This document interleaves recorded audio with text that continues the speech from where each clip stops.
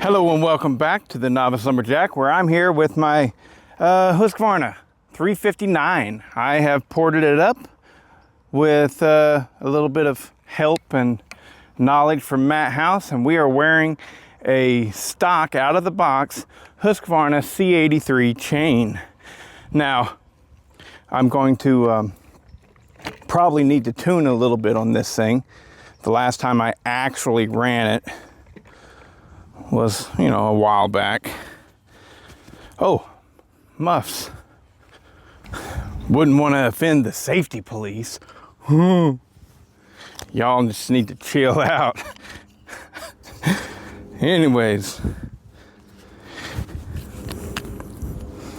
let's see how she runs. I have already fired it up today.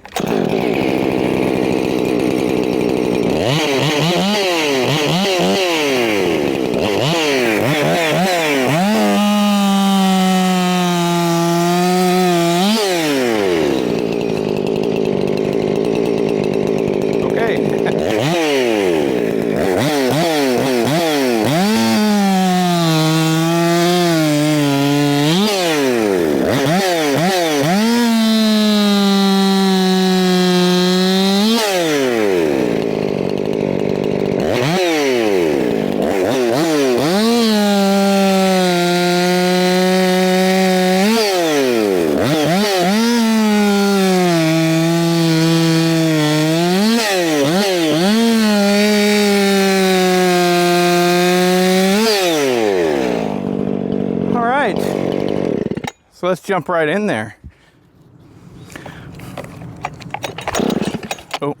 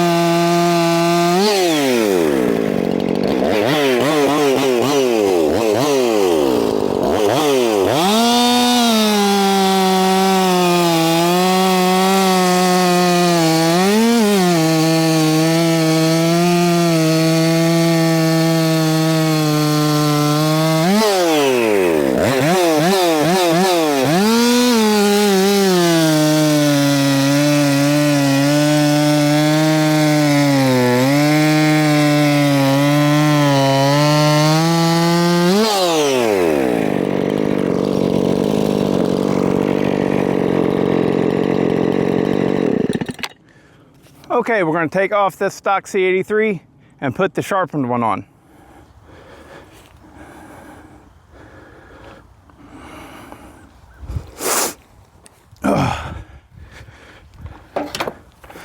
Yeah, this right here is a fraggin' fantastic running saw. I never had any issues with it once I got it running. I got this thing for 50 bucks. Now that was a real steal. Totally it was. It's very clean, other than it being dirty, you know what I mean? You understand that? That's a little contrary, you know, but it is, though. It's very clean. It's in very good shape. I was told, and I bought it from a shop, and let's get a good look at these two chains. Let's compare them.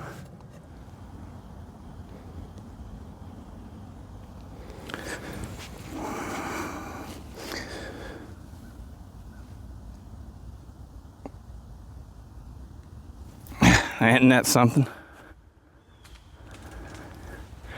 All right, so yeah, I bought this from a shop where somebody had brought it in.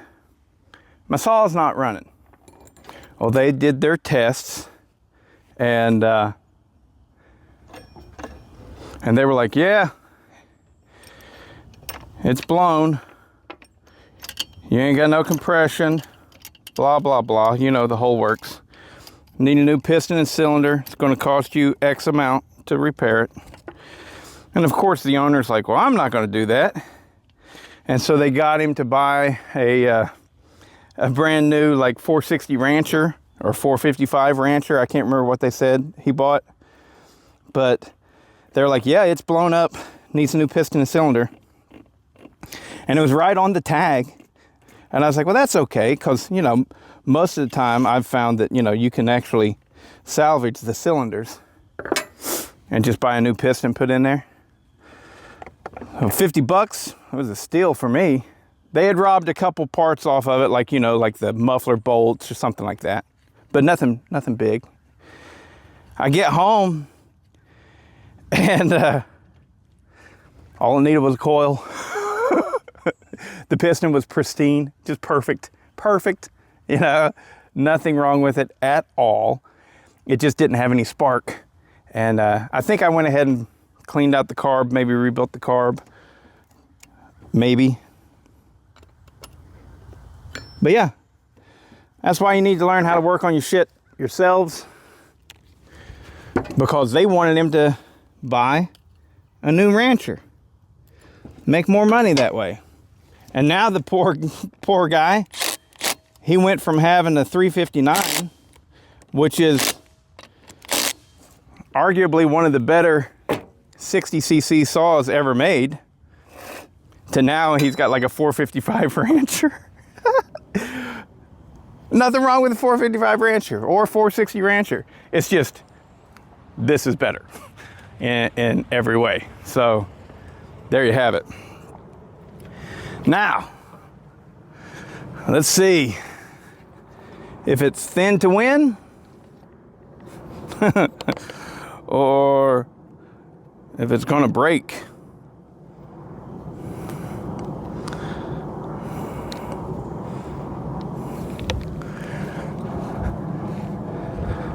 Took it all the way down past the witness marks.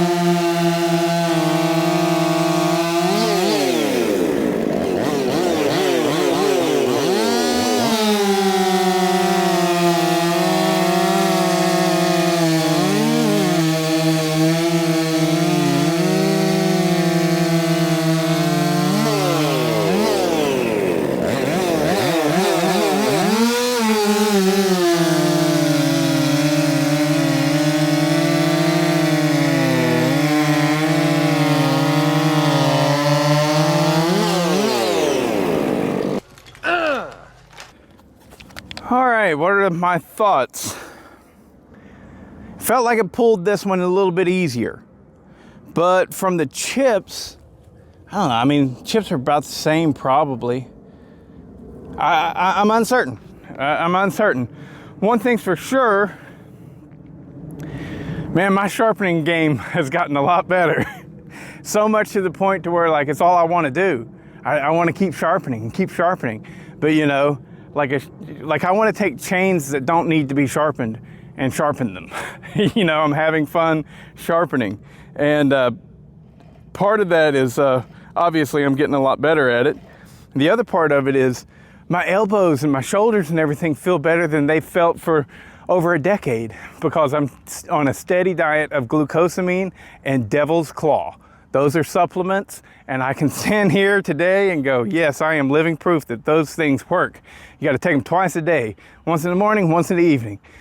Glucosamine tablets, I got glucosamine and Trigongula or some shit like that, and Devil's Claw. And so I don't mind doing this as much because my joints are better. So steady diet of those. Get on them, guys. Anyways, this all runs great. It cuts really well. I think it's got plenty of torque for a 60cc saw that wears a 20-inch bar. I mean, I've ran a 24-inch bar on it. It pulls just fine and everything. But the idea that I need a saw like this to be capable of pulling a 24 or 28-inch bar, I don't need that at all. So I'd rather it rev high. And it freaking runs stellar. This is a great saw. And yeah, at this point right now, I like the 359 better than the 357 XP. So it's well ported, runs freaking great. I think that it would be pretty close to my ported 562 XP. I think the 562 would beat it, but it would be close. But yeah, it's a great saw. Love it. And really chewed up that loblolly pine there, didn't it? So we'll go to the video and see which one actually won. And I said a lot of stuff earlier about the 357/359, and we'll put that here at the end of the video. Yeah, before we get into the video here of the testing of the chains, I think I like the 359 better than I like the 357. Now, if you watch the channel, you'll know that I've had all kinds of problems with my 357. And you may think that because of that, I'm judging the 357 harshly. But I also did my Johnson Red 2156, and I have no problems out of that. I do think that I have a little bit too much timing in there and it's fighting against itself. But I did a very, I would call it safe port job on that one because I didn't want to screw anything up. I mean, it runs great and I really like it. But what I have found, the difference between the 359 versus the 357, contrary to what was in my head, see, the 357 has closed ports and it has a stuffer crank. The 359 has these pseudo closed ports, all right? They are closed, but they got transfer caps, and at the bottom it's more open. There's differences, right? And also the 359 does not have the crank stuffers. And contrary to knowledge that's out there that crank stuffers make you rev better and blah, blah, blah, what I find is on the 357 type saws, they're more torquey, whereas this thing wants to rev. Now, it could be that I've had differences in the port jobs that I've done, and that's what it is, but I've ran other people's 357s and 359s, and I find this to be similar with them as well. And it was confirmed by Matt House, who's like the guru on these saws, that yeah, he has similar results too. The 357 tends to be better at torquing, better torque saw, and the 359 tends to be a little bit better at higher revs. Well, what difference does that make? For me, this size saw, I don't really ever want to run anything more than a 20-inch bar. So do I need that torque? Nope, I need the RPMs. So that might be why I tend to favor the 359 so far. Okay, Super Dave, All right, if you've never seen Super Dave's channel, look him up, Super Dave Outdoors. He currently has my 357, and he has done a lot to it, messing around with it, trying to figure out the things that were wrong with it. Turns out it looks like I cut the squish band a little bit too much. He also doesn't like the upper transfers, and so he ran his mouth a little bit, and he said, if I had a fresh cylinder, I could have got 15 to 20% more power out of this cylinder. And I was like, you want to try it? And he sent me a meme. I'm your Huckleberry. So I love that. I love how Dave is willing to, try something, right? And I don't think he's going to get 15 to 20% more horsepower from that saw, because I mean I've done 2 of them now, and honestly, I just don't think they're that high revving. This will scream through the cut, without pressure at like 13,000 RPMs. Whereas both of the 357 saws that I've built, they want to hang out around the 12,000 RPM range. And like I said, that could be more my problems. I haven't figured out the chassis yet, but this was the first time I ported one of these, and I guarantee it'd beat the 357, So I'm eager to see what Dave gets out of another cylinder, because I actually went ahead and purchased a cylinder, had it shipped to him, and so he's going to try it out. He's going to try and port one fresh with his own personal numbers and stuff, and see if he can get 15 to 20% more power than the cylinder that I ported. Now, that one right there was, if you know the story of that saw, it went through a lot. And whenever I finally got it running and ported, I was just like, come on. And anyways, whatever, it is what it is. But he did fix it, and he thinks that it has too short of blowdown. I don't, but yeah, I think this, honestly, I just think they don't rev. So maybe I can't wait to be proven wrong. I want Dave to prove me wrong. That's what I want. I literally want it. I don't have to be right. So what we got here, stock C83 chain, and we are going to measure it against the chain that I just filed, took it all the way past the witness mark. Both of them C83 chains, just one is out of the box and the other one is sharpened all the way down to the nubs. So here we go.